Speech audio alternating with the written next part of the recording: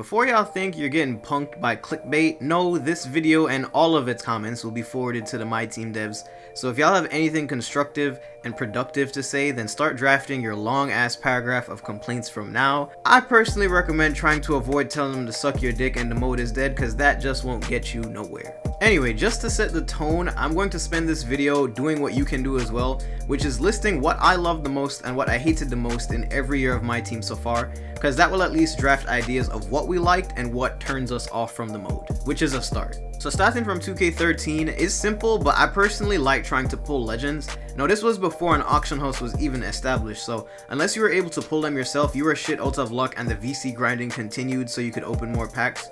Luckily, base god blessed me with almost every legend in the game, including like 3 Allen Iversons, so I was able to enjoy that mode to the fullest. But nothing will ever top the excitement factor that packs gave in 2K13, and I'm not sure how that can be reproduced again. As for what I disliked outside of spin dunks, Eurostep 3s, and the 1-3-1 zone, there was no auction host, and funny enough, no auction host is what gave pack pulling its excitement, if that makes sense. So the addition of the auction host was a give and take, but for the greater overall advancement of the mode, so I can understand that. Now 2K14 was an all-around good year for the mode in my opinion, and that was the transition year to next gen I believe. Like there was a current gen and then in the middle of the year it went to next gen consoles, so that was like a weird awkward transition. But it still turned out for the best because MyTEAM was still fun in my opinion. And even though it was only a couple of them, easily the best parts of 14 MyTEAM was the online tournaments for players.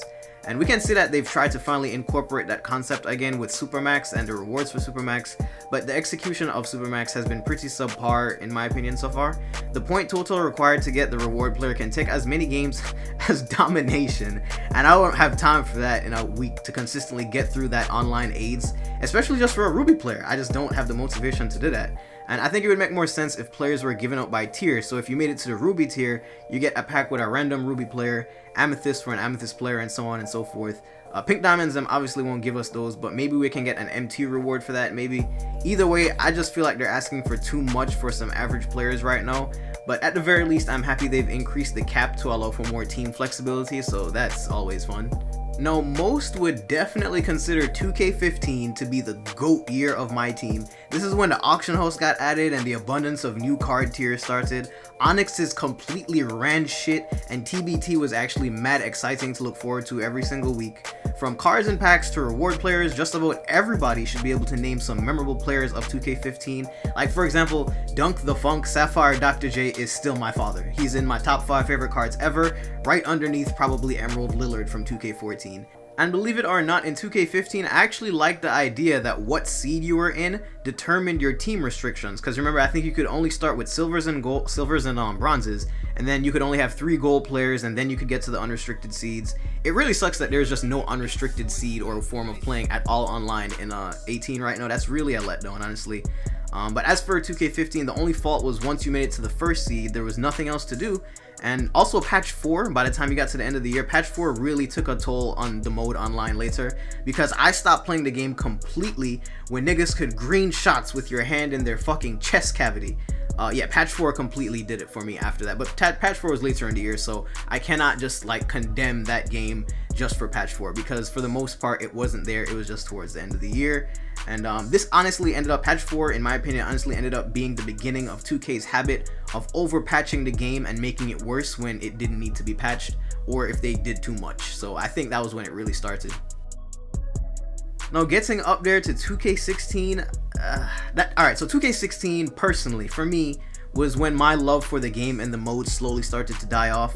Off the top of my head I can say maybe the release rate of cards and or the impact of cards was dope. Like for example, everybody can get flashbacks if I simply say Amethyst Mellow, Amethyst Pierce, or Diamond Kobe. Like those cards are remembered, and I think a lot of the best cards that we can remember, or the most fun cards we can remember, was probably in 2K16. And same goes for 17. The amount of cards released last year and the addition of dynamic duos made teams way more unique. I still remember getting shitted on by Diamond Mark Jackson, which still doesn't even sound right when I say it out loud today. But as far as something new that became enjoyable that year in 2K16 and 17, more in 16, was definitely the idea of wager matches. However, that got shut down by the end of the year when MT transactions started warranting bans, and suddenly the mode became less fun again. Now let me take a moment to throw you a curveball, because I couldn't not mention the legendary dupe and MT glitches that people use to stack MT. There was one of these in 2K15, and if you remember, I think it was Shake and Bake, was the one who popped off the MT glitch of completing sets on multiple accounts, then transferring the reward MT to your main account. And in 2K16, it was duping the dynamic LeBrons and Currys and just all the best dynamic players, because you could just dupe cards, and then you quick sell them for the MT or whatever you have or may you do. These glitches were, at the same time, my favorite and my least favorite things to ever happen in the mode. Why? Because it was a way to actually make MT. Mind you, a mode breaking way, but a way nonetheless. So let me transition into this point by saying I've easily played more MUT this year than MyTEAM. I've definitely played 2K18 MyTEAM online more, but I've embraced that solo challenge grind of earning players and coins in MUT unlike anything else in 2K. No, the reason I think people embraced and spammed those MT glitches is because there were no other ways outside of that to make lump sums of MT or even players, and that's also why people resorted to buying MT so much. For example, right, Halloween, Madden dropped their scary set players, right, and they also dropped challenges that allowed you to earn a non-auctionable high-rated player of that set. Along with that, every challenge you did would award you Halloween tokens, and these tokens could be turned in for the highest rated players of the scary sets. By the end of these challenges, I was able to earn a 92 overall auctionable Richard Sherman with the tokens, and I got an 85 overall unauctionable Evan Ingram from the challenges. That flexibility is what 2K is lacking, especially when it comes to challenge reward players, because not all of them have to be untradeable, because some people are just lazy and will buy them anyway. That in turn is a plus for the people willing to grind the game, because it's a means of earning coins, and actual good amounts of coins, whereas 2K will give us challenges that cost more in contracts than it gives us as a reward.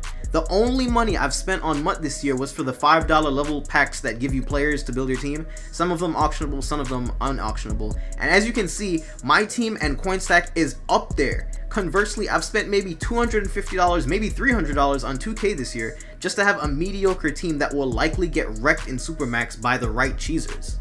It sounds like it, but I definitely don't like trying to paint Madden and MUT as the gold standard that 2K and MyTEAM should try to live up to, but I can't tell you how many times I've been playing Madden this year and I'm just like, man, I wish my team was like this. Because every card in MUT has a purpose. It can be turned into some form of token to get coins or a player, and challenges are always updated fairly often, and if you don't want the players that the challenges gives, there are coin alternatives. You'll probably be able to sell the player. And I'd say that's the biggest thing killing my team right now, is the lack of ways to make coins. Not just make coins, but consistently make coins. Because dudes are deadass out here still holding on to their MT from all the dominations because they refuse to spend money on overpriced packs and don't want to lock in that MT for an Amethyst or Ruby reward player that's going to be outdated in a couple of weeks. Because once that MT is locked in, that's their whole stack for the year gone. Tell me where else you're going to make that much MT. As far as content goes, content will come as the year goes on. That's how MyTEAM always works, and glitches can be fixed when they're found. But if there are no consistent ways added to the game to better your team or reason to play, the mode will inevitably always die. Because then what are we playing for? Just to get mad at cheesers who abuse game mechanics online? No thank you, my guy. So after all of that being said, what were your favorite and least favorite things in every year of MyTEAM? And moreover, what do you think is currently holding the mode back?